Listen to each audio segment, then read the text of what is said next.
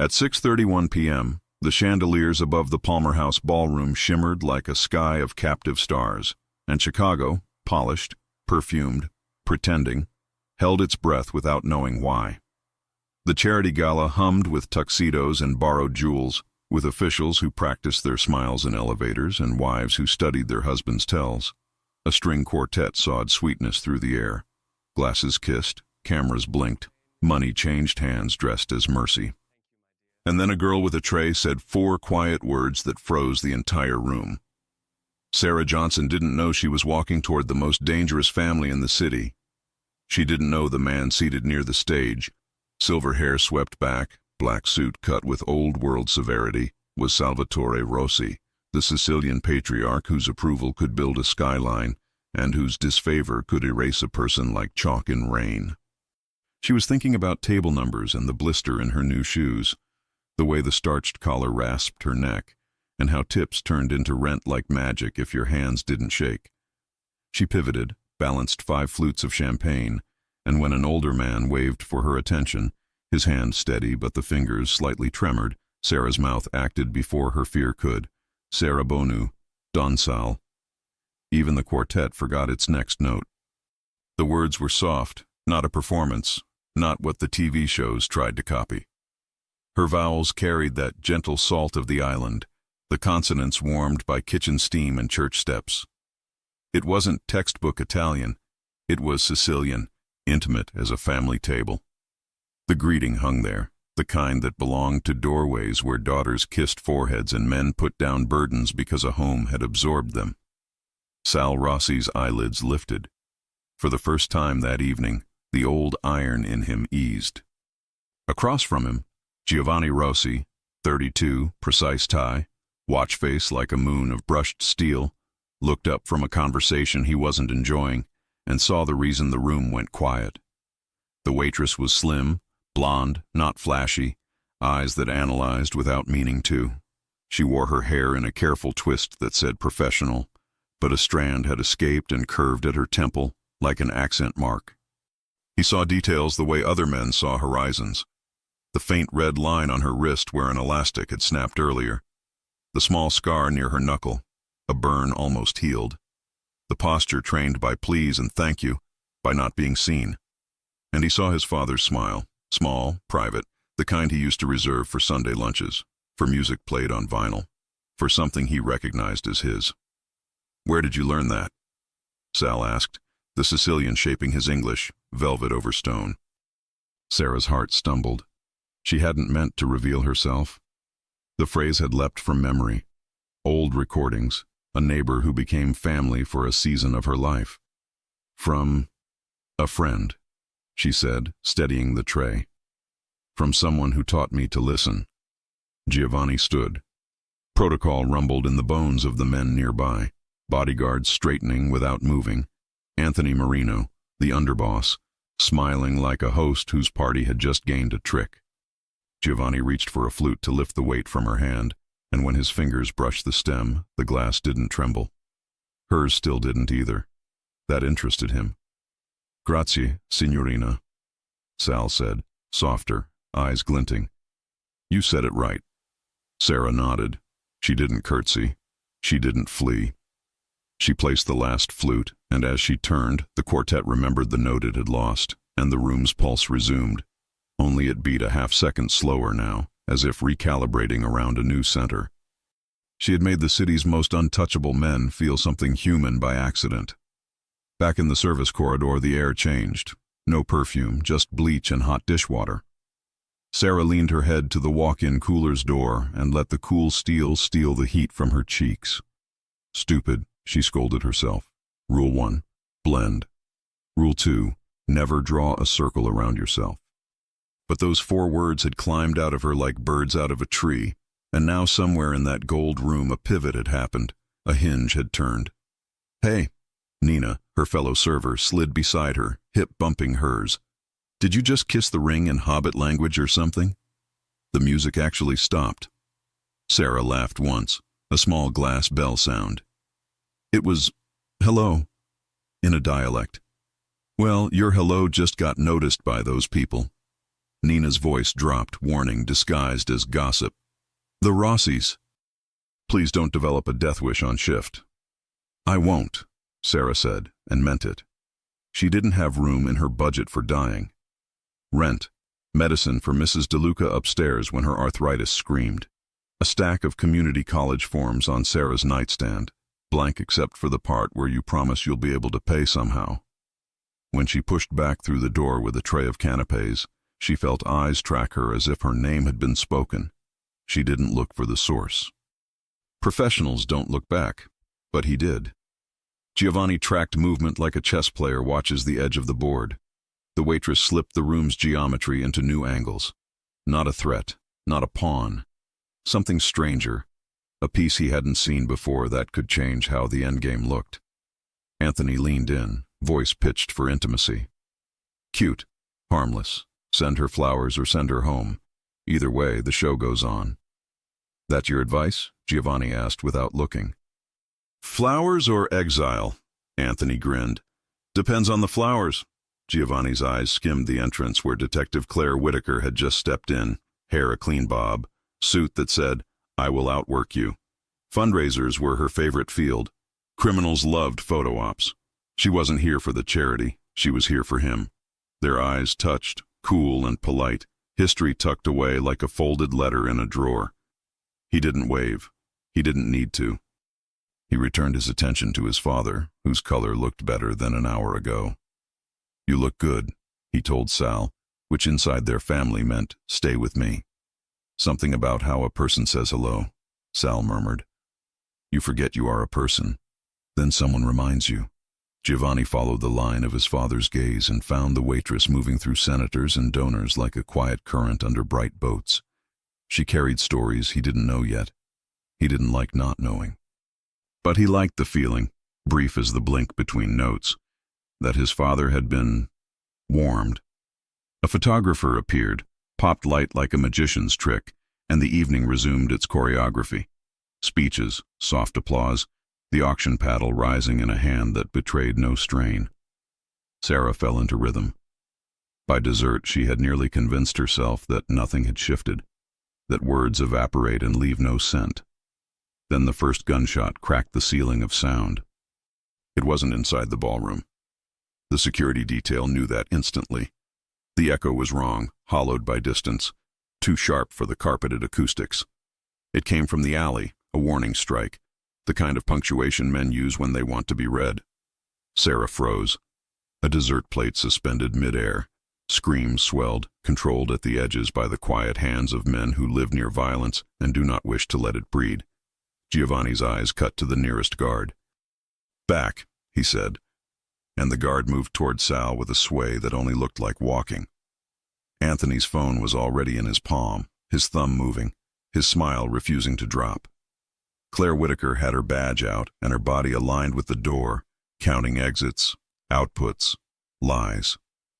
Sarah's instinct said down, then listen. She slid behind a column and let the tablecloth turn her invisible. The second shot didn't come. Instead, a motorcycle engine revved, taunting, then faded into the artery of State Street. A message had been delivered without ink. Giovanni knew the script. New rivals test old kings, and sometimes they test the sun to taste his metal. He wanted, with a heat that surprised him, to keep this ugliness out of his father's evening. He also wanted to know who had arranged the orchestra. "Sir," Anthony murmured, smoothing his tie that never wrinkled. "I'll check the perimeter." "You'll stay with my father," Giovanni said, and turned. The service corridor air hit him like a different country. He moved fast, smooth, a man used to walking into rooms already decided, staff flattened to the walls, eyes flitting away. He passed the cooler door where a faint oval of warmth still marked a forehead that had rested there earlier, and he wondered what kind of life left such small human evidence behind. He found Sarah before he was looking for her. She had gone to the back loading dock, because she was practical, because the crash she'd heard wasn't a gunshot but a tray hitting concrete. A busboy stood trembling over the ruin of crystal, like a priest at a broken altar. Sarah crouched to help him, voice low and competent, hands quick and unbleeding. We'll sweep, then mop. Breathe. Nobody died. Giovanni stopped in the doorway and watched her gather sharpness with her bare fingers as if she'd done it all her life, rescuing people from small disasters that felt like big ones. She sensed him before she saw him. Her shoulders adjusted, and then she rose, the tray shards stacked. "Sir?" she said, neutral, refusing to be weird about the fact that his suit cost more than her car. "What you said to my father," Giovanni told her. Not many people would know how. She considered him. Close, his face was too symmetrical to be handsome if not for the small ruin at one eyebrow where some old wound had knit imperfectly. It saved him from looking carved by a machine. Not many people would notice. She paused. He looked tired. It seemed kind. Kind. The word hardly ever touched this world. He tasted it like a foreign candy. "Do you know who we are?" "I know you make this city quiet when you want to," she said, not changing tone. "And sometimes you let it be loud." He should have been offended. Instead, he was amused by how cleanly she drew it. "What's your name?" "Sarah Johnson." "Ms. Johnson," he said, and the formality made it sound like a promise. "Tonight, if anyone asks you questions, you didn't hear anything, and you don't know anything." "That's almost always true," she said. "Except that I heard 2 motorcycle tires and a man who likes being watched." Giovanni's head tilted. "You notice things." "I carry plates in rooms where people say things they shouldn't." She lifted the bin of glass. He reached to take it. She did not let him. "I've got it." "Humor me," he said, and when their fingers touched, an uninvited current ran up both of their arms. They both ignored it, the way strangers ignore a spark in a crowded elevator. Politely, privately, promising themselves it meant nothing. On his way back toward the ballroom, he spoke into the air and men answered from the walls. "Sweep the alley, pull the feeds, find the bike. Don't spook the guests. They're already spooked enough by their own mirrors." When the gala limped to a close under the smooth voice of an MC paid to drink panic like a cocktail, Sarah collected last tips and stacked last chairs. She avoided the gold room where the rich shook off fear like glitter. She avoided the loading dock where fear had sounded like glass. "Johnson," the manager intercepted her. "One of the donors asked that you deliver a bottle to his car." "I'm off in 5. "You're on until he stops paying me," the manager said with the humanity of a spreadsheet. Outside, the night had the brittle chill of early March. Lake wind scraped the sky clean of warmth. Sarah hugged her elbows and followed the curb to the valet stand. The bottle wore a ribbon like a medal. The car waiting was black, long, and disagreeable with anonymity. "Ms. Johnson." Giovanni was already at the curb, having slid past the velvet rope of reality like it was his birthright. He opened the back door himself, which she noted because powerful men usually forgot doors had handles. "I'm not getting in that car," she said, and he smiled because fear that tells the truth is a language he respects. "Good," he said, "because you're going in the other one." He nodded to a second vehicle, sleek but less obvious, pulling up behind. "Someone left a message tonight. They don't know you exist. I want to keep it that way. Let me put you in a safe car and drive you 2 blocks. You can tell me to stop where the streetlights work." "2 blocks?" she repeated. "My compromise to your independence," he said, and it sounded like he'd made a study of the concept without ever liking the taste. "And my father asked me to say thank you." Sarah looked at the city, at the way the wind shoved newspapers into corners, at the men who pretend they can't see the cold. She looked at the valet who had suddenly discovered the deeper mysteries of his podium. She looked at Giovanni's face and did not see pity there, only an engineer's attention. "How do I keep this thing from breaking?" 2 blocks, she said. He opened the door. Inside, the car smelled like leather and rain. He didn't slide in beside her. He took the front passenger seat, telling the driver to keep hands where hands belonged. The city flowed around them, all glass and angles and old stone shouldering new money. "Who taught you Sicilian?" he asked. "Mrs. DeLuca," Sarah said, looking out so she didn't have to look at him. "She moved into my building when I was 12. I helped carry her groceries. She paid me in cookies and stories." "From where in Sicily?" "Caltanissetta," she said, and his breath hitched. one beat, because that was where Sal's mother had laughed once upon a time. "She's still alive?" he asked quietly. "Yes," Sarah said. "Most days she is." The 2 blocks ended too soon. "Here," Sarah said, indicating the corner with the laundromat that kept odd hours and the bodega that kept odder secrets. The car rolled to a gentle stop, a kindness his drivers rarely offered the brakes. Giovanni turned to face her at last. "If anyone asks about tonight—" "I don't know anything," she said, and gave him a small, sincere smile that felt like it would cost nothing, and later cost everything. "Good night, Mr. Rossi." He should have let her go. "Sarah," he said, and used her first name as if it were a private room. "If anything feels wrong, you see a car twice that shouldn't be there, a face that doesn't belong, call this number." He handed her a card. It felt heavier than its size should allow. She didn't take it.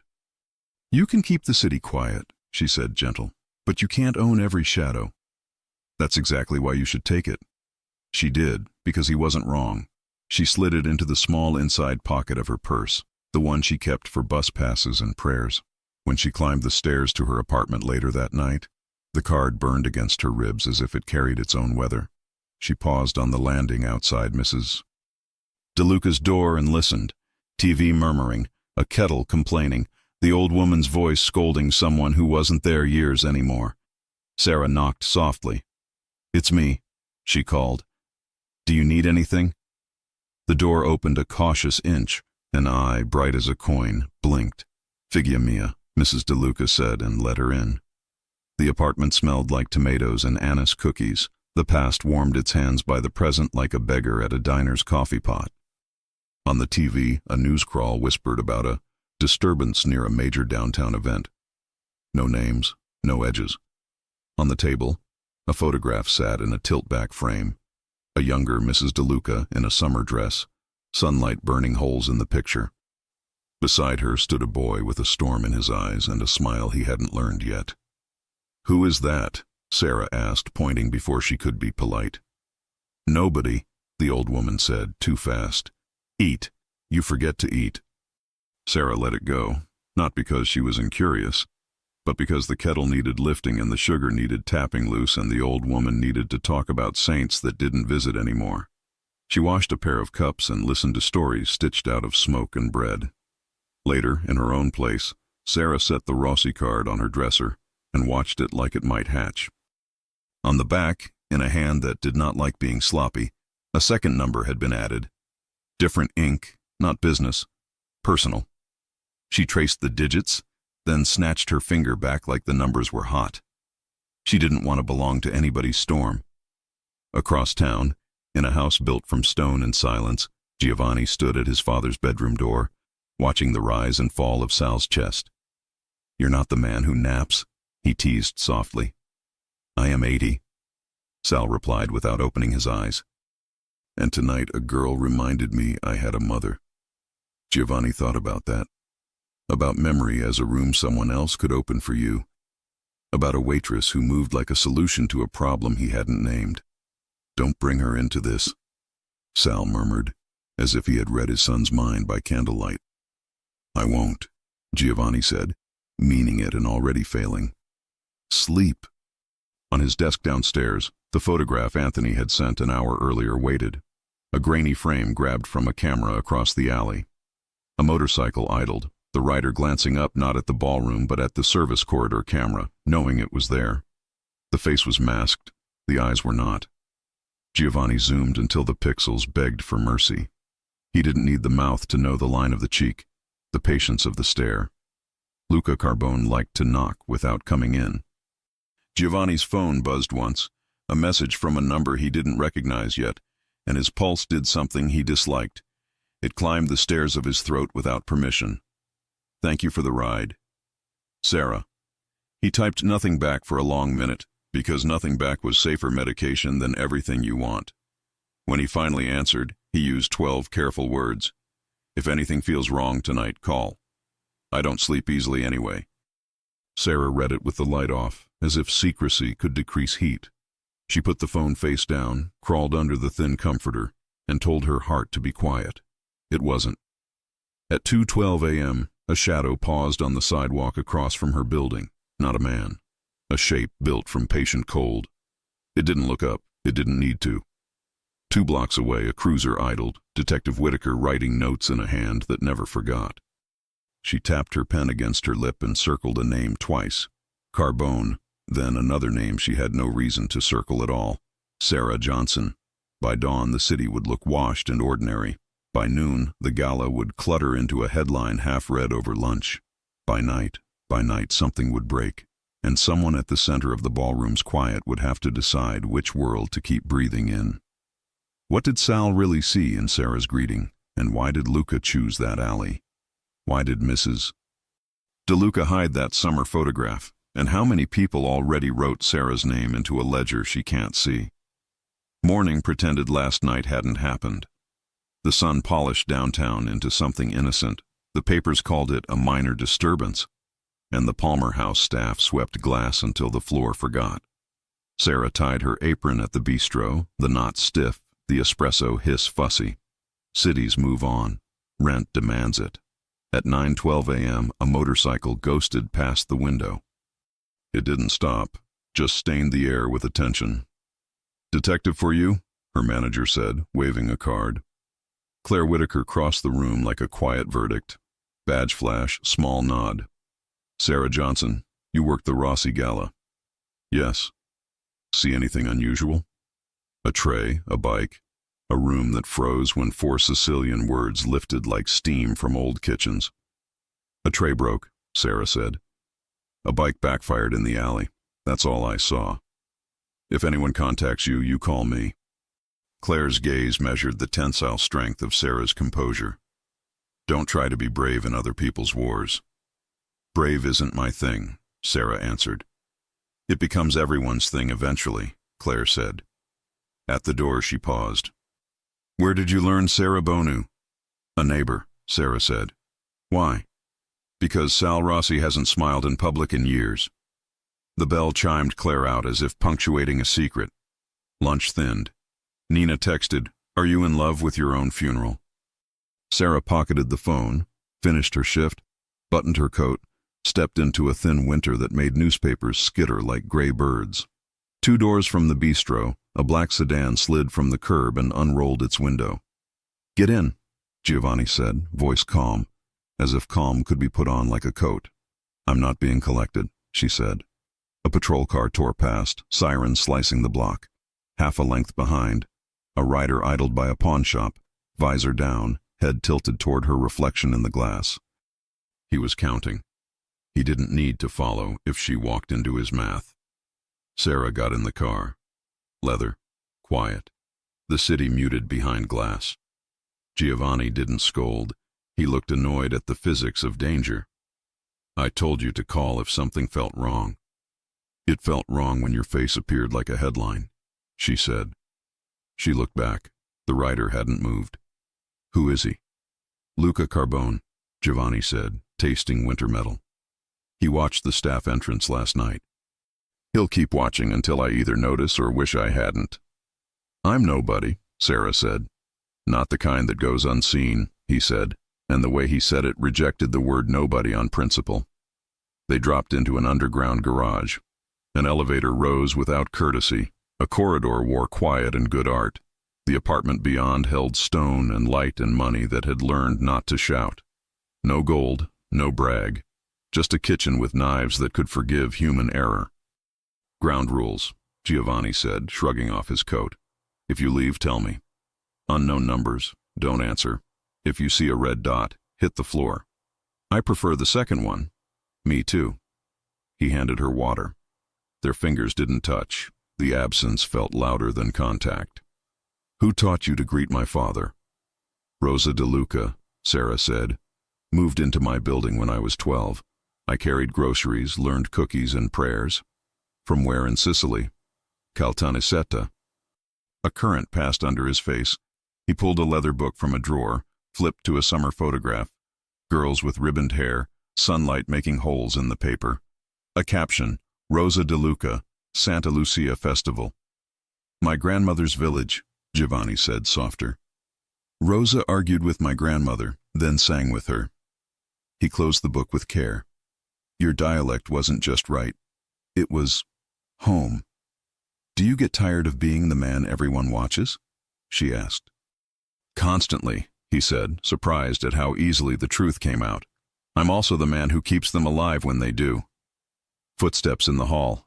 Not the driver, a taller silence. Anthony Marino appeared with a white bakery bag, smile framed like a treaty. Cannoli, he said, since you skip lunch when bullets get discussed. You deliver pastries now? Giovanni asked. I deliver whatever keeps your pulse under a felony, Anthony said, letting his gaze inventory Sarah quickly. Ms. Johnson. I'm Anthony. I schedule birthdays and triage messes. He offered a cannolo.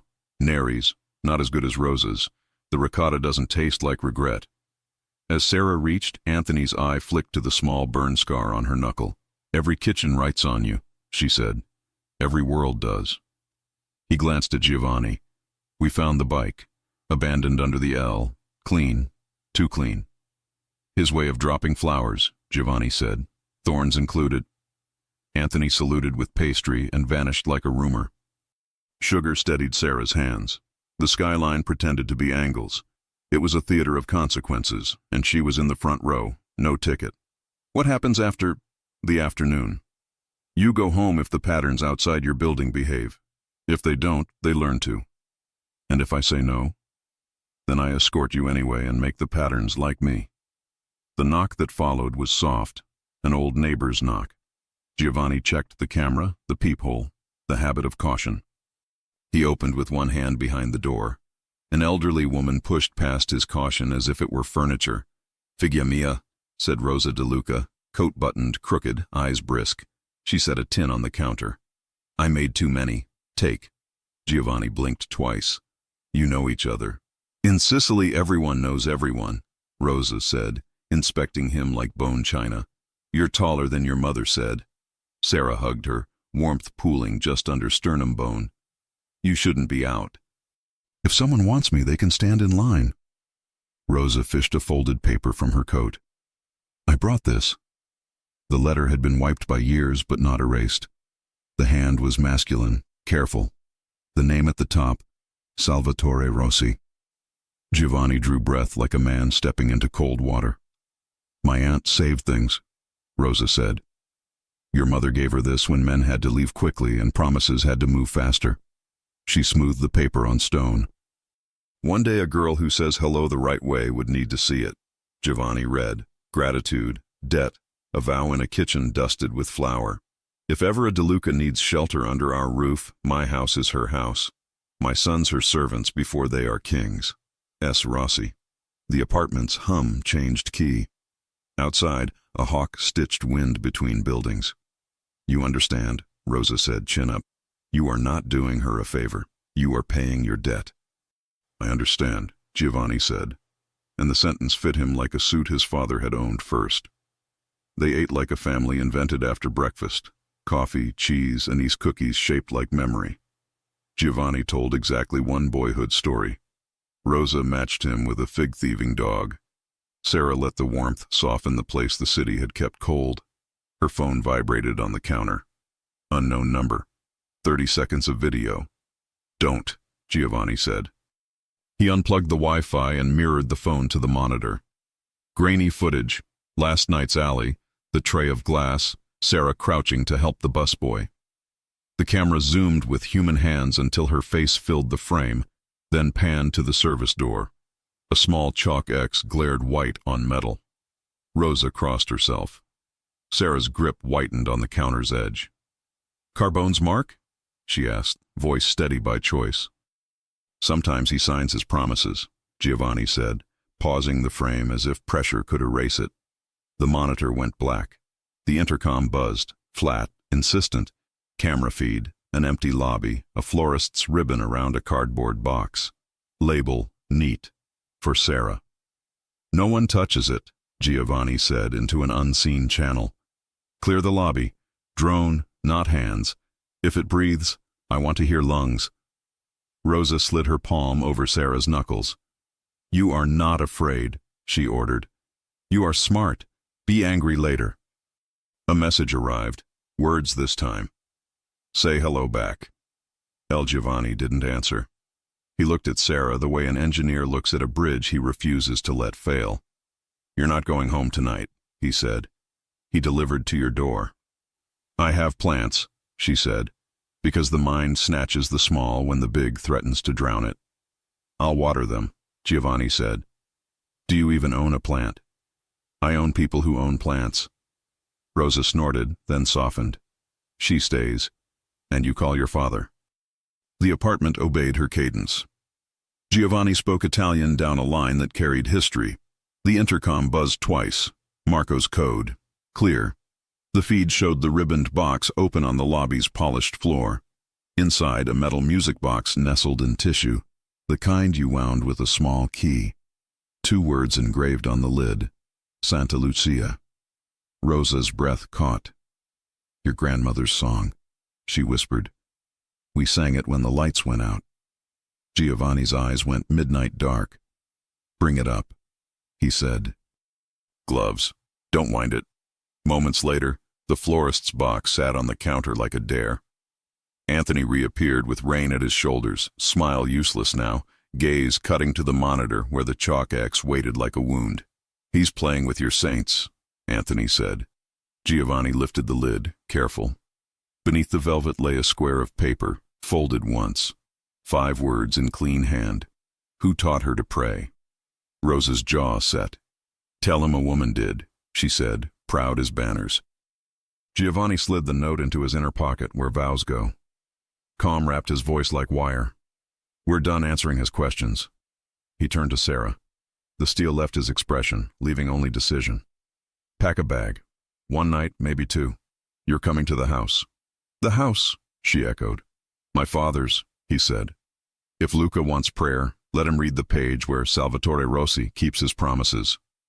Sarah thought of the letter, of my sons her servants before they are kings, of the writer counting through pawnshop glass, of Claire's card burning her pocket a polite square. She nodded. 1 night. 1 night, he promised, and both of them knew promises are the city's most endangered species. She crossed his threshold later with a tote of necessary things. Sweater, toothbrush, the courage people pack without naming. The lake sky faltered into a bruised color. Men who watch these things notice. Phones lit. Patterns shifted. In another room, 3 miles away and below ground, a man turned a tiny key once, twice, 3 times, and waited for a song. In a police sedan 2 blocks from Sarah's building, Detective Whitaker circled a name twice, Carbone, and another she had no right to know yet, Sarah Johnson. In a bedroom of stone and silence, Sal Rossi sighed in his sleep, hearing in dreams a girl's voice say hello the way home does. And in a kitchen that had briefly felt like a truce, the music box on the counter kept its silence, lid engraved with a saint who watches ships find harbor. What page from the Rossi past is Luca forcing them to read, and who else remembers the prayer Sarah didn't know she was saying? Why did the writer count instead of follow? And what happens to a promise when someone whines the wrong song? The Rossi mansion woke to the silence of power. Morning light slid across marble and steel, catching dust motes that looked like secrets too small to tell. Sarah stood at the kitchen sink, rinsing fruit, still wearing the borrowed sweater that smelled faintly of cedar and safety. Buongiorno, figlia mia. Sal Rossi's voice carried the smoke of decades. He leaned on his cane with dignity that needed no audience. You greet like a Sicilian. It sounds like home. Sarah smiled. Rosa taught me that. She said the right word can open a door. Giovanni entered, sleeves rolled, eyes already assessing the world. He stopped at the sight of them, his father eating biscotti, the girl who'd changed the air in his house. For a second, something unguarded passed through him. Sal looked up. Lunch at La Brezza, on the lake. The girl comes. You'll worry less. Giovanni's jaw tightened. It's not safe. Then make it safe. Sal said simply. And that was that. La Brezza was the kind of restaurant that pretended not to know who it served. Frosted windows, clean linen, soft music. Giovanni chose the seat by the wall, scanning every reflection. Sarah sat beside Sal, her quietness like a thread holding the moment together. For a while, there was peace. Sal told a story about fishing in Caltanissetta. Sarah laughed, and Giovanni found himself watching her lips curve instead of the door. Then something shifted. The light dimmed, not from clouds, but from a shadow outside. A figure stood beyond the frosted glass, still, deliberate. A small chalk X glared near the corner. Sarah saw it first. Her pulse tripped. She leaned toward Sal, whispering in Sicilian, "Terra ora, down now." The old man obeyed without question. Giovanni reacted at the same breath, pushing Sarah under the table and covering her with his body. The glass shattered. A muffled pop, then a rain of shards and white light. Sarah felt the world tilt, the thunder of impact swallowed by Giovanni's chest pressed against her back. He whispered against her hair, steady and low, "I've got you." It wasn't a command. It was a promise. Anthony's voice roared from somewhere distant. Orders, movement, the rhythm of chaos. But Giovanni didn't move until the silence turned real again. When he finally looked up, the entire window was gone, and the lake stared back like an open wound. Sal brushed glass off his sleeve, unshaken. "Everyone breathing?" Sarah nodded, though her hands trembled. Giovanni caught them and held them still. "You saved him," he said quietly. She blinked. "I just saw the shadow." "Before I did," he said, and that truth settled between them like heat. They left through the service exit. Cops swarmed the front. Reporters shouted. Cameras blinked. But Giovanni kept his father between himself and the chaos. Sarah close enough to feel his heartbeat. The moment they reached the car, he turned to her. "You stay with me," he said, "until I say otherwise. I can take care of myself. You already did. Now it's my turn." Back at the Rossi estate, the walls felt higher, the light dimmer. Rosa opened the door before they reached it, scolding in Sicilian as if they'd come home late from school. She cupped Sarah's face, checked for cuts, then muttered a prayer halfway between anger and relief. "Sit," she ordered. "Both of you. Eat. Saints can't guard empty stomachs." Giovanni almost smiled, but didn't. He poured espresso, the act so ordinary it hurt. Then his phone buzzed. A new message. No text. Just a 30-second video. He opened it on the counter screen. Grainy footage, Labreza's shattered glass. The moment before the shot, Giovanni shielding Sarah, his hand covering her head. The video froze there, a frame of protection turned into art. Words appeared at the bottom. Tell her to say it again. Rosa crossed herself. Sarah's breath hitched. Sal's eyes darkened with something ancient. Giovanni closed the screen, every muscle wired with control. "He's watching us. Listening." "Who?" Sarah whispered. "Luca Carbone," he said, "and he just made it personal." She shook her head. "You can't fight a ghost." "I can," Giovanni said, "if the ghost threatens what's mine." He didn't mean it as a claim, but the words hung between them like a touch neither dared to name. Sarah looked away, heart pounding too loudly. "You shouldn't say that." "Why?" "Because ghosts listen too." Night fell fast over the lake. In the kitchen, the old music box still sat where they'd left it, its lid engraved with Santa Lucia. No one had dared wind it. They were talking quietly, plans, security, escape routes, when the first note rose. Soft, metallic. The melody played on its own. Sarah froze. Giovanni crossed the room, lifted the box with gloved fingers.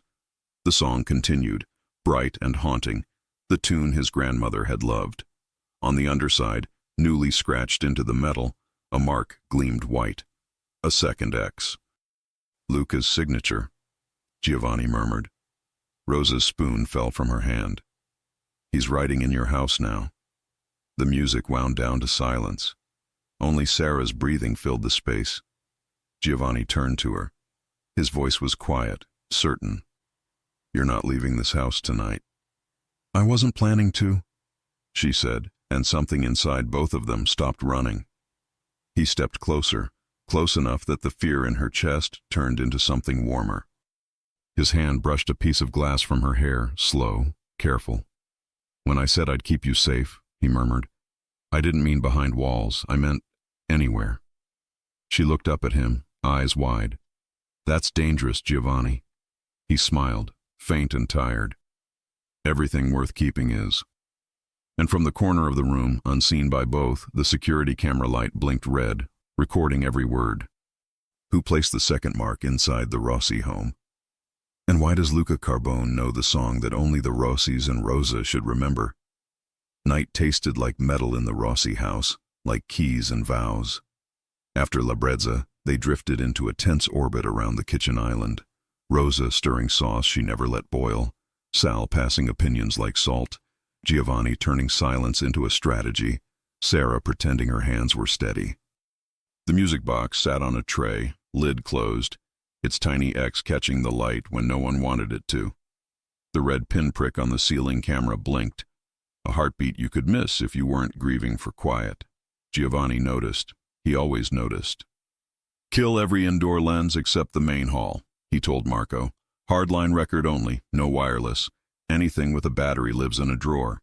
"Yes, sir." Sarah watched the dot die, felt her shoulders drop a fraction. "I don't like being watched." Giovanni looked at her as if she'd said a sacred thing. "Then we make a room no one can see into."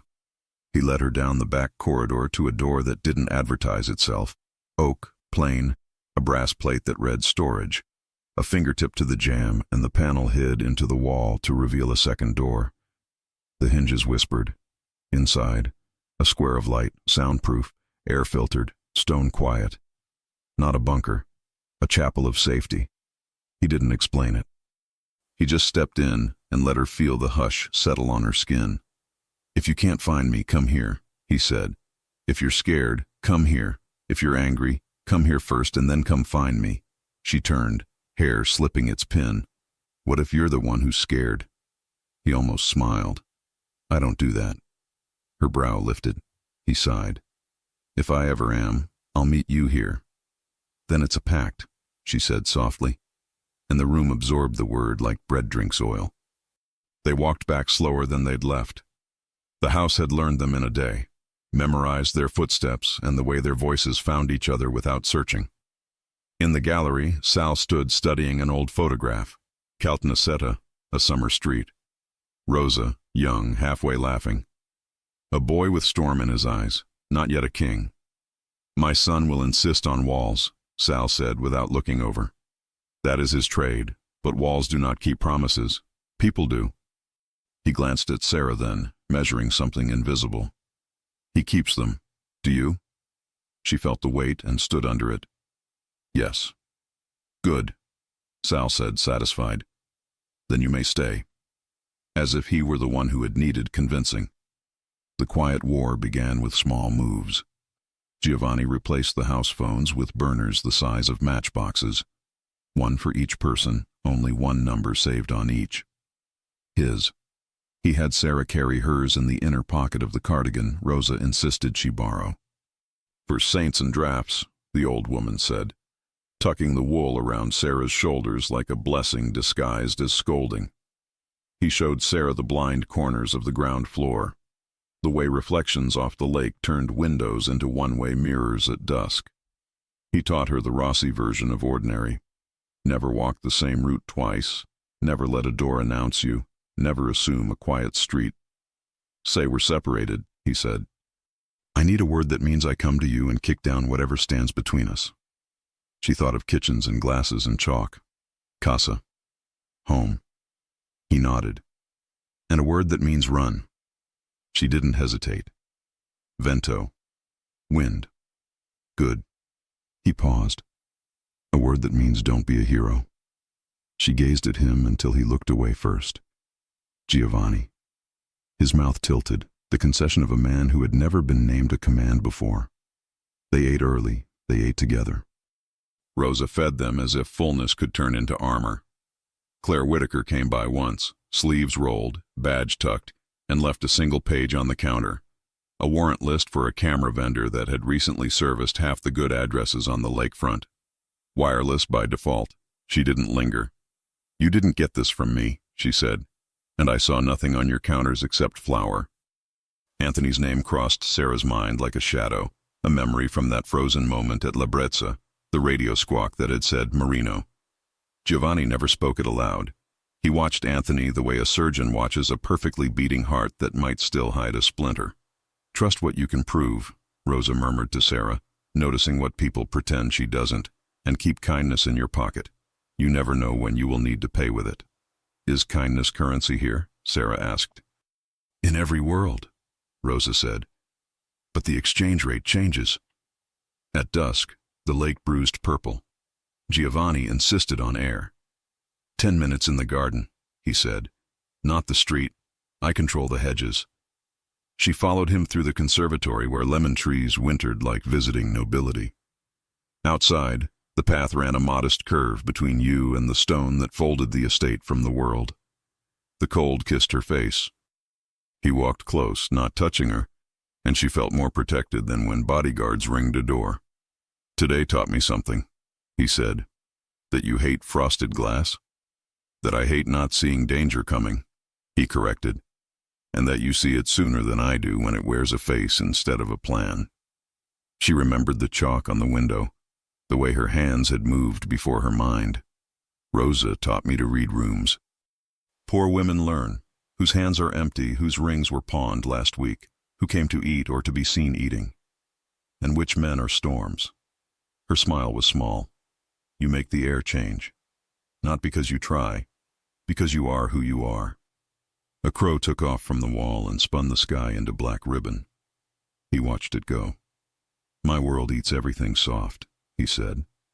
It swallows it, calls it dessert, asks for seconds. It's not noble or glamorous. It is a thing that demands you know what you'll lose before you sit down at the table. I should send you away. You tried, she said, and then you put your body between me and glass. His jaw worked. I'll do worse to the next thing that comes for you. Then don't send me away, she said, simple as water. Make room. He stopped. She did too. The hedge held its breath. Stay, he said. I already am. He reached up and tucked a strand of hair behind her ear with the care of a man disarming a small bomb. He didn't kiss her. He didn't need to. The promise changed the night anyway.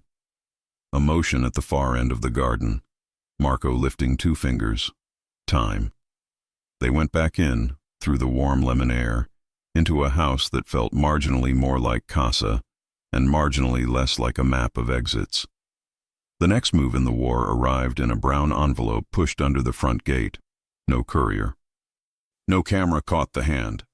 Inside, a restaurant reservation, printout for tomorrow, La Brezza, 1:30 p.m., Sarah Bonua, the email Luca had used to book the room the day before, and a second sheet, a floor plan of the Rossi ground floor annotated in neat, impersonal handwriting. Sarah stood with Giovanni over the island as he read. She watched his breath shorten and then lengthen on purpose. He's seeding fear, she said. He's itching for me to flinch, he said. I won't give him the pleasure. So we go back to La Brezza? We go somewhere else, he said, and make him look foolish. Anthony arrived with a tablet and a face that had learned to be pleasant under floodlights. Pulled every Sarabonu account within the last 72 hours, he said. 13 throwaways, all spun up from the same offshore block. He's mocking us with our own good taste. Then we change the taste, Giovanni said. Tomorrow, the old South Pier, private pavilion, 1 entrance, 3 exits. He'll expect glass. We'll give him wood. Anthony's smile flickered. Invitation list? Family, Giovanni said, which in their dialect meant few. Rosa, my father, Sarah. He didn't look at her when he said her name. The air had to carry the weight. Security? Unobtrusive, he said, but absolute. He and Anthony measured each other for a long breath. The air thinned. Sarah felt the click of a lock she couldn't see. When Anthony left, his cologne stayed half a heartbeat after his shoes stopped speaking. Do you believe in him? She asked. I believe in what we built together, Giovanni said. Belief and proof are cousins, not twins. And me? You? He faced her fully, and whatever else was in the room folded its hands and listened. I believe you are the first thing in years that makes me want to build something that doesn't require proof. Her eyes stung. That sounds like a risk. It is, he said. And I am very good at risks. Rosa coughed a warning from the stove. Eat your soup before it thinks you do not love it. They obeyed. Night concentric around the house in rings of light and guard roots. Sarah lay awake in the guest room whose window framed the lake like a promise larger than men's plans. The burner phone on her nightstand glowed a single stubborn dot. She touched the wool at her shoulder and thought of words that had become their map. Casa, Vento, Giovanni. The dot blinked. A message, no number, just audio. She sat up, pulse rising into her throat. She hesitated, then pressed play. A child's voice sang Santa Lucia. Not the version the box played, not the church melody Rosa hummed, but the broken lullaby of a worn cassette, birdsong over static, a hand-clapping offbeat. Her own childhood, her mother's accent, not Sicilian, not anything Giovanni would know, cutting across the final lines. Sleep, Sarah, sleep. The phone slipped in her hand. Her mouth dried. For a second, the room fell away. There was only a fourth-floor walk-up, a summer fan that clacked, a woman's voice exhausted and good. Then a second voice, a man, lower, smooth in a way that made the hair on her arms lift. Not Giovanni. Tell him to make it sing again, the man said, soft. Tell him to use the key. Tell him we're listening. She was on her feet before the message ended, the burner clenched, the carpet cold. She crossed the hall without shoes. Giovanni's light still glowed under his door because men like him do not gift darkness with their sleep. He opened before she knocked, shirt unbuttoned at the throat, a map of long days written on his face. One look and everything he was adjusted to the exact shape of her alarm. What is it? She handed him the phone. He listened. His eyes didn't show it, but his breath did. One fraction shorter at sleep. Sarah, and harder at use the key. How would he have that? He asked. I don't know, she said. My mother used to play that to drown the sirens. He reached for her hand and kept it. We're not winding the box. He'll keep pushing, she whispered. He wants to hear what you do when you're told. Then he'll keep being disappointed. They moved down the hall together, the house learning a new route. In the kitchen, the music box sat where it had sat all day, patient as a wolf. Giovanni didn't touch it. He looked at the underside instead, at the X scratched where a maker's mark should be. He took a photo. He sent it to a lab that owed him accuracy before oxygen. Rosa? Sarah asked. Would she know something? Maybe, he said. But I won't wake her to share this kind of sound. He turned to find Sarah closer than the sentence he'd just spoken. Protection has a gravity. It draws, and then it stops pretending it doesn't. He lifted a hand and cupped the back of her head like he had under glass, but softer, not fear, permission. She leaned once, not all the way, as if a world could tilt and still not spill. He rested his forehead against hers, eyes closed. You're safe, he said, while I breathe. I believe you, she said, and belief turned the air warmer. The burner chimed again. Unknown contact wants to airdrop a photo. Giovanni declined. The house hummed like a cat about to fight. Back to the quiet room, he said, not asking. She nodded. In the small stone space, the silence sat with them like a third person.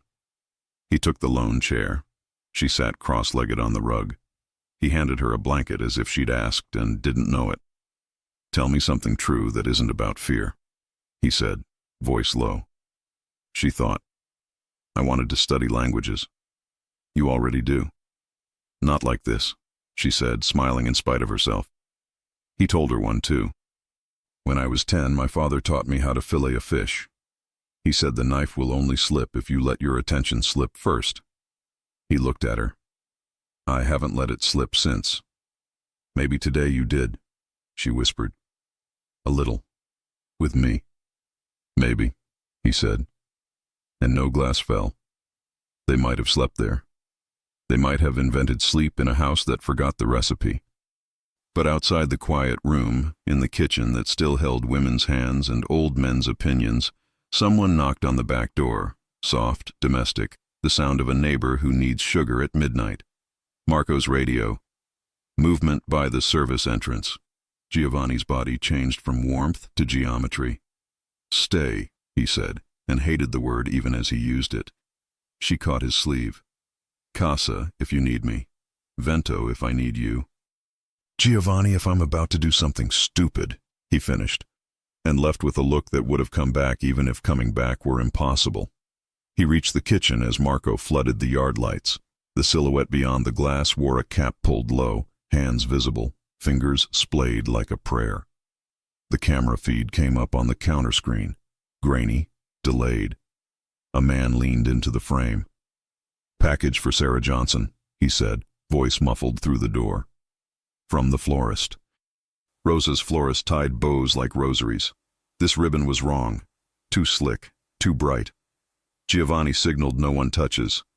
A drone whirred from the pantry, ugly and useful, and nudged the box away from the threshold. It hit a seam in the slate and tilted. Inside, no roses. Just paper and a phone the color of midnight. It lit itself. Sarah's number appeared on the screen it held up to the glass. Back in the quiet room, Sarah's burner chimed again. One photo received. She didn't open it. She whispered the pack to the walls and waited for a step. The music box sang, soft from the kitchen, one single note like a test of faith. Giovanni didn't wind it. He didn't have to. The lid had shifted ever so slightly, the hinge glinting. He lifted it with gloved fingers and saw no spring tense, no key twitch. Only a sliver of thin wire, almost invisible, running from the underside to the counter's edge, disappearing into the seam near the camera conduit.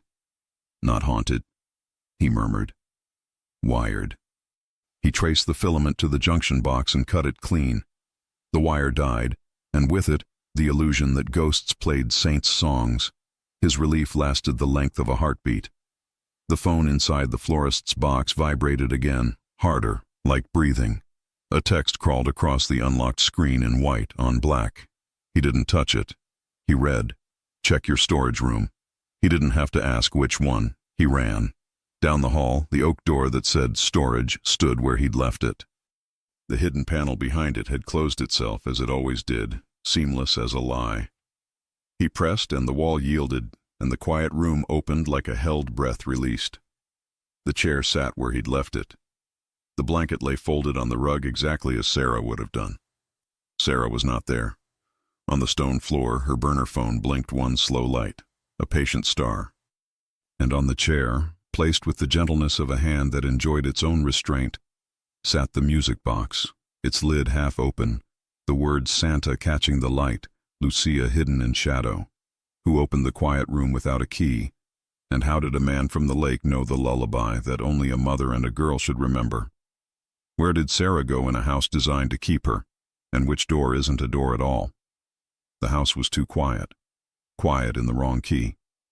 Giovanni stood in the doorway of the storage room, its walls still, the blanket folded, the music box gleaming half open under the dim light. Only the small burner phone on the floor blinked, a single blue pulse that made the shadows breathe. "Sarah," he called once, steady. No answer. He crossed the room in 2 strides, checked the corners, the vents, the hidden panel behind the supply cabinet. Nothing. Whoever had taken her hadn't broken locks. They'd known which ones to whisper open. Marco burst in behind him. All gates sealed. Cameras looped for 90 seconds. Then blank. Clean job. Giovanni lifted the music box. Inside, a folded card rested against the gears. 5 words, written in the same tidy hand that had mocked them before. Every promise has a price. He closed the lid slowly, his pulse louder than the hinge. "Pull every vehicle tag within 5 miles, he ordered. "I want heat maps, not guesses." Then, quieter, he took her. Sarah woke to motion. The hum of tires, the low roll of an engine. The world outside the tinted window looked unfamiliar, an industrial stretch of Chicago she'd never seen, where the lake wind smelled like metal in distance. Her wrists weren't bound, her fear was. Across from her sat Luca Carbone, younger than she'd expected, older than his smile. Black suit, no tie, fingers tapping against his knee in the rhythm of a song only he could hear. "You speak Sicilian well," he said conversationally. "Better than Giovanni does, I'd say." She stayed silent. He smiled wider. "Don't worry, you're not a hostage. You're a mirror, and Giovanni hates mirrors." The car turned down a pier road, headlights slicing mist. A small boathouse waited at the end, its windows flickering with lamplight. Luca gestured toward it. "Our families once shared tables, bread, wine, secrets. Then his father decided he was king, and I decided I didn't believe in crowns." "You're hurting him for history?" "I'm reminding him he's human," Luca said. "And because you made him forget." He leaned closer, voice dropping to something almost kind. "Do you know what happens when a man like Giovanni loves? He hesitates. And when he hesitates, men like me win." Sarah's heart beat in her throat, but her voice was steady. "Maybe love isn't hesitation. Maybe it's courage that doesn't look like yours." Luca studied her face, curious rather than angry. "Courage," he repeated. "Tell me if you still call it that when he's the one bleeding." Giovanni's convoy sliced through the night. 3 cars, engines low, lights dimmed. His phone buzzed with updates, each one useless. No sight, no trace, no demand. The absence of a ransom was worse than ransom. He looked out at the dark water. "He's not hiding her. He's showing her something," he murmured. Sal stood by the window, leaning on his cane. "What are you willing to pay, son?" "Anything but her." "That's not how debts work," Sal said. "They take what you won't give." Giovanni turned. "You taught me to build empires, not funerals. And yet every empire ends in one," Sal replied softly. Giovanni looked at the letter on the counter, the old promise between the Rossis and the De Lucas, and felt its words like a chain and a compass at once. "My sons her servants before they are kings." He reached for his gun, then stopped. "Not like this," he said to himself. "He wants war. I'll give him precision." At the boathouse, Sarah sat by the window while Luca poured wine. "You think he's coming," he said. "I know he is." He smirked. "That's what ruins men. Faith. You don't believe in anything?" "In control," he said. "In knowing the cost before you pay it." She met his gaze. "Then you've already lost. You don't even know what love costs." For a heartbeat, something flickered in him. Recognition, maybe, of a truth he couldn't afford. He looked away. "He'll trade something for you. He always does. And when he does, he'll see what loyalty really means." The door opened behind them. Giovanni stepped through it like a shadow becoming real. He wasn't supposed to find them that fast. He had followed patterns, phone pings, an intuition that had once saved his life. This time it saved hers. Luca raised his glass in mock greeting. "I was beginning to think you'd forgotten your manners." Giovanni's voice was a blade sheathed in calm. "Let her go, and maybe you keep your fingers." "Still pretending you're not the same as me?" Luca asked. "You build your kingdom on silence and pretend it's virtue. I simply speak out loud." Giovanni's gun never wavered. "You mistake control for chaos. That's why you'll die looking surprised." Luca laughed softly. "Maybe, but before I do, you'll have to choose which promise to break, your father's or hers." He nodded toward Sarah. A camera in the corner blinked red. "This conversation is being recorded," Luca said. "Send it to the world, and the great Giovanni Rossi becomes what he's always been, a criminal with a pretty girl in his bed. Don't send it, and I release her, but your father's life ends by morning." Sarah's voice was barely breath. "Don't." He looked at her, every calculation dissolving. "Sarah, whatever he's threatening, it isn't me he wants. It's you broken." Giovanni took one step forward. "Then he gets neither." He fired once. The bullet shattered the camera, not Luca. Sparks burst. The red light died. The room smelled of cordite and fury. Luca's smile faltered. "You just chose her over your father," he said. "No," Giovanni replied. "I chose not to let you own the choice. He moved faster than Luca expected, slammed him against the window frame. The gun clattered to the floor. "You want blood?" Giovanni hissed.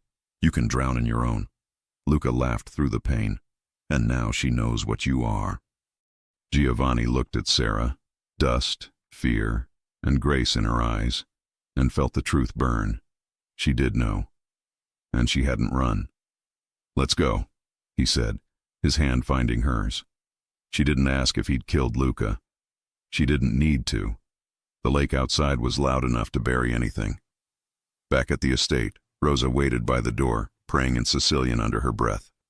When she saw Sarah step out of the car, she crossed herself and hugged her so tightly that even fear had to wait its turn.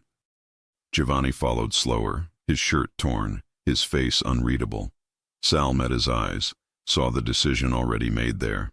"It's done," Giovanni said. Sal nodded. "Then you're no longer a prince, my son. You're a man." Sarah stood beside them, hair tangled by wind. "He said every promise has a price," she whispered. Giovanni looked at her. "Then I'll pay it. Even if it cost you everything." He stepped closer, voice low, unflinching. "Everything is nothing without you safe." The words broke something inside her and built something new in its place. She reached for his hand. He didn't pull away. Outside, dawn bruised the sky, the lake turning to gold. For the first time in years, the Rossi house exhaled. But from the garden gate, a shadow watched, someone in a gray coat, face unseen. When the light touched his shoes, a small white X gleamed on the ground beneath him. Who placed the final mark, and what promise still waits to be paid when the sun rises over the Rossi estate? Dawn reached the lake like a bandage pressed to a wound. The Rossi estate stood quiet, but not the wrong kind of quiet. This one had breath in it. In the kitchen, Rosa lit a burner and whispered a prayer that sounded suspiciously like an argument with God. In the hall, Sal adjusted his cuff as if putting the world back on straight. On the island, the music box sat inside an evidence bag, its little X dulled by plastic. Giovanni hadn't slept. He'd watched the security feeds rewind and rewind until the 90-second blackout blurred.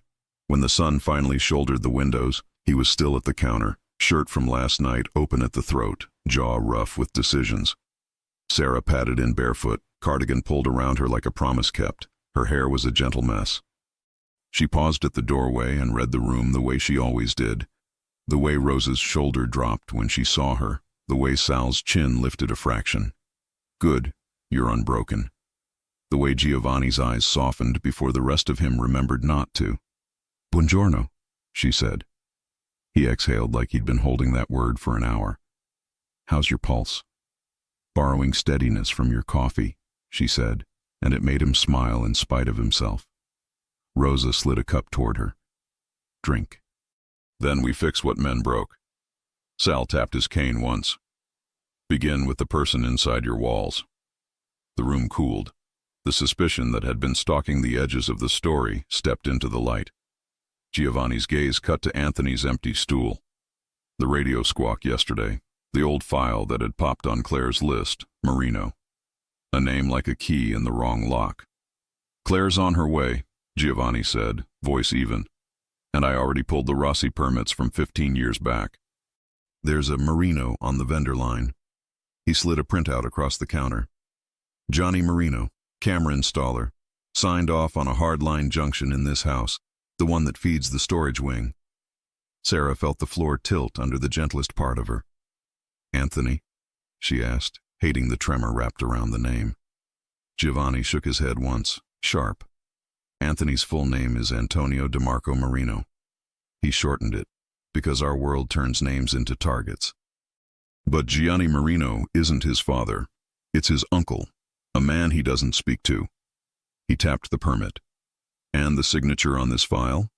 It isn't Anthony's handwriting. It matches the initials etched under the music box, where the maker's mark should be." Rosa's spoon paused midair. "The same hand put eyes in your walls and songs on your tables." "The same hand Luca paid," Sal said. The door chime rang, 2 short pulses, Marco's code for friend at the gate. A minute later, Claire Whitaker walked in with wind on her suit and purpose in her mouth. She took one look at Sarah and relaxed a notch, then slid a folder onto the counter like a card in a game both sides needed to win. "Your ghost has a face," she said. We matched the scratch under the music box to initials on a run of lakefront installs. Vendor alias is GM full name, Gianni Marino. He used to subcontract for a camera company that lost its ethics before it lost its license. He's been living on pure cash since. "Where is he?" Giovanni asked.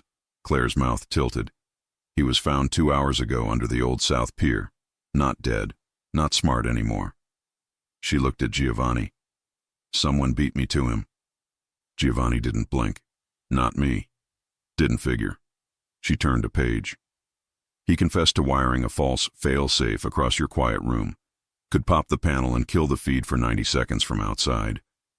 Said a client with winter eyes paid him to target the service corridor and the lake view at La Brezza."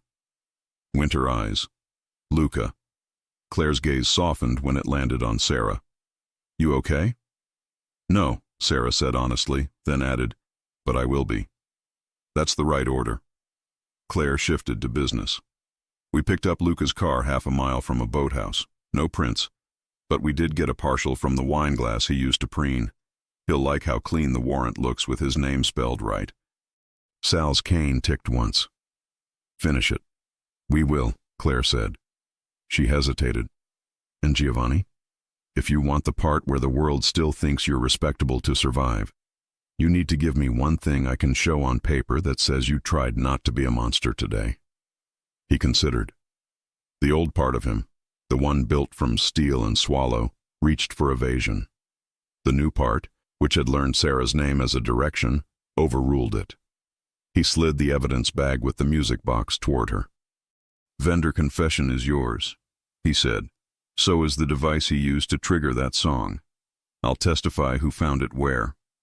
Claire took the bag like a priest receiving a relic. "That'll do." Rosa harumphed. "Good. Now leave. He needs to say something he has been carrying around his neck since he came home with broken glass in his hair." Claire's eyebrow arched, amused. "She's the only person I'm afraid of." She tipped 2 fingers in a mock salute and left with the morning. The house exhaled. Sarah's hands curled around the warm cup. Giovanni leaned his palms on the counter as if bracing a map. For once he didn't try to build a wall with words. "I can't make you a safe world," he said. "I don't want one," she said gently. "I want a true one." He studied the coffee's surface. When he looked up, his eyes were unarmored. "When I put my hand over your head at La Brezza, I realized my life divides into before and after that moment. Before, I managed danger. After, I started managing what I couldn't stand to lose." "Me," she breathed. The word so small the room almost missed it. "You," he said. "If you ask me to soften, I will. If you ask me to step back from the part of this city that demands blood, I will carve us a different path. If you ask me to burn it down, I—" He stopped. He was a man who never left sentences unfinished. It made the remaining words larger. "Name the price. I'll pay it." She walked to him, small bare feet across stone that had learned her tread in 2 days.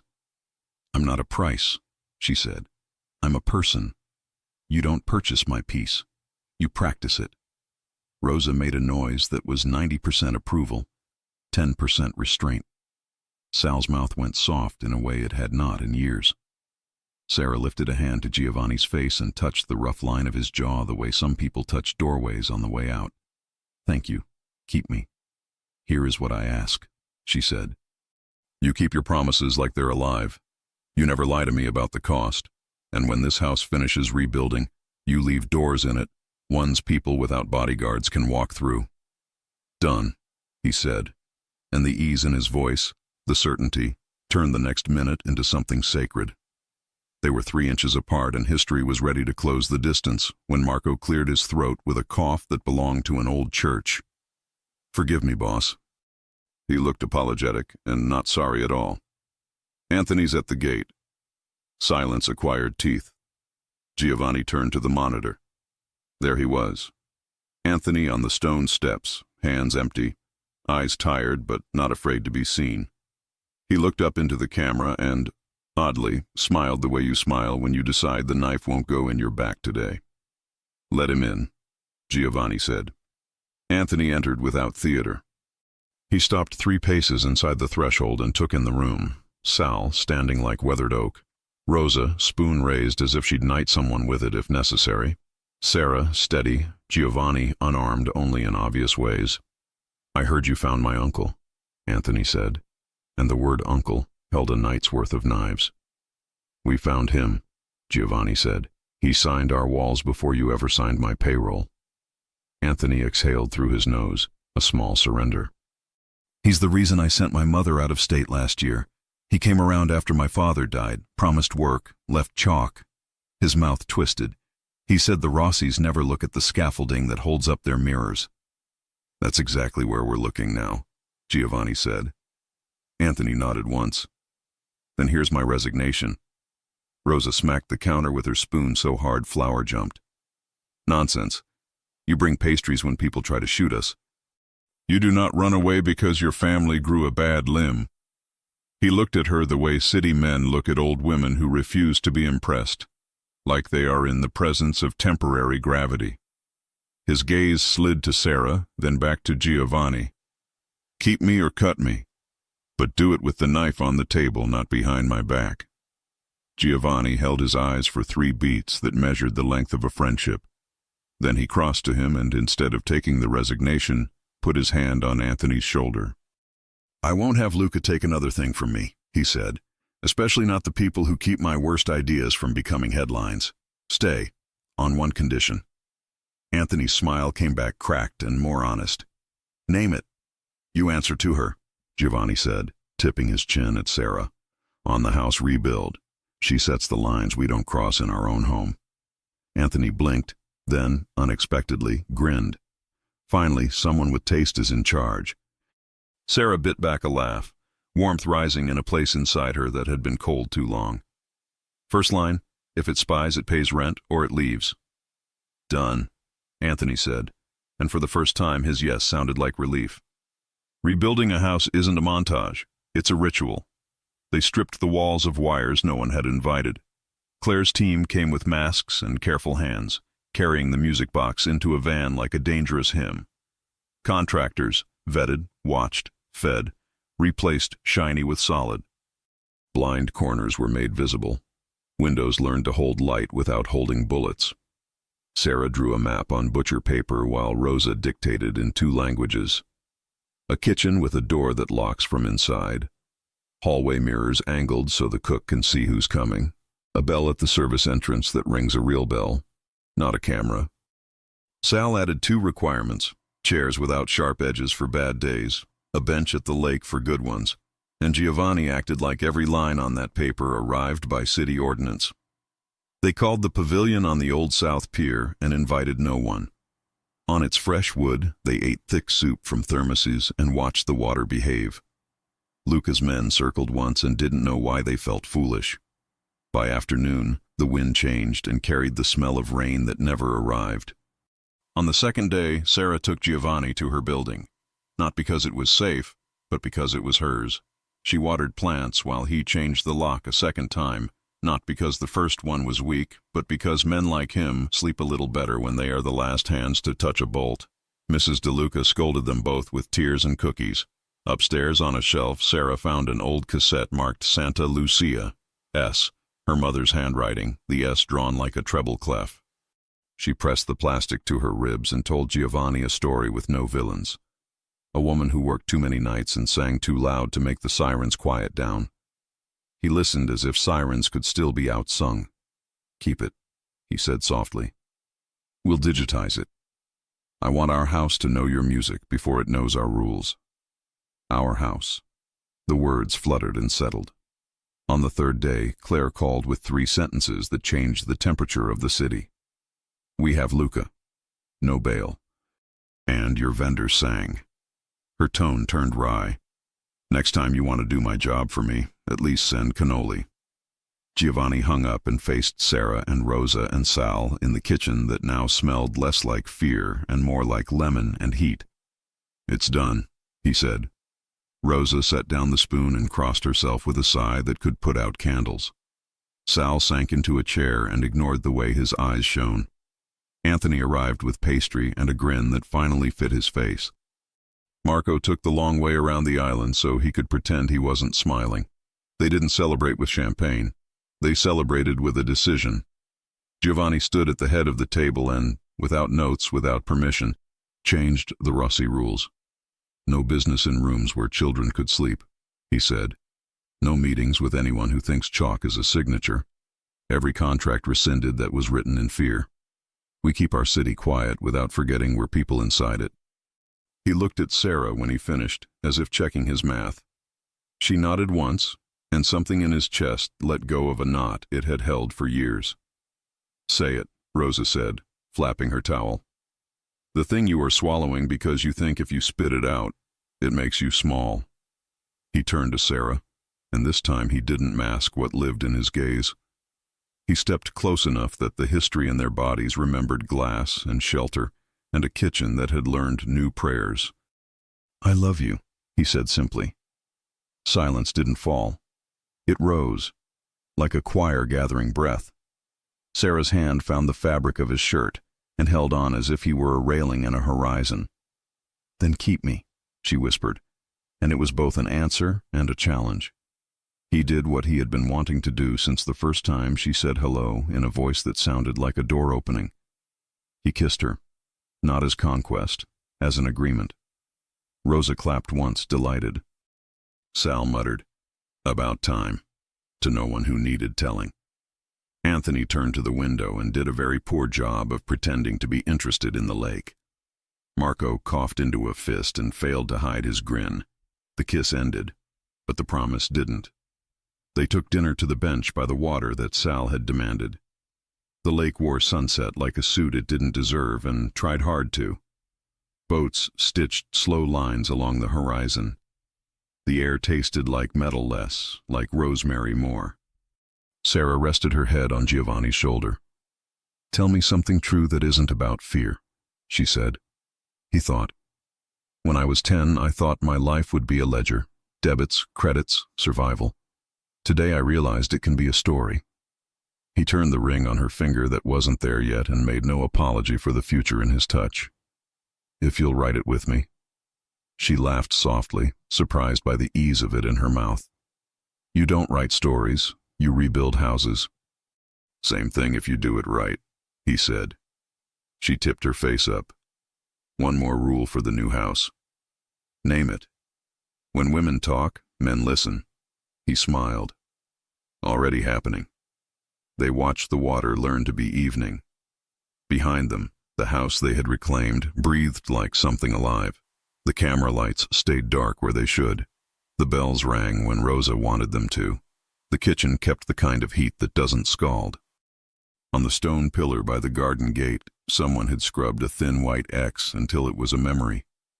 Sarah ran her thumb over the faint chalk and felt nothing but stone. Gone, she said. Replaced, Giovanni corrected gently, and pulled a stub of charcoal from his pocket, the kind Rosa used to mark the bottoms of cookie tins. He pressed a mark beside the washed place. Not an X, a small cross, tilted like a sailor's charm. For saints that actually listen, he said. For promises that walk, she said. They stood together until the sky went the color of good ink. Somewhere in the city, a camera blinked and then went dead under a court order. Somewhere else, a woman locked a door and finally slept. Back at the bench, the wind picked up and carried a tune that might have been a church melody or the imagination of people who had decided to have a future. Sarah wasn't sure, and for once she didn't need to be. Home, she whispered. Casa, he answered. And for the first time since a girl had said 4 quiet words in a ballroom and stopped a city, the house, the lake, the man, and the woman, each in their own grammar, agreed. If you enjoy stories like this, take a moment to subscribe to the channel. That's how I'll know you truly liked it. Even if you're watching on your TV, grab a second to join this family of fans who love emotional and heartfelt stories. Your support means everything, and it helps us bring you even more tales like this one.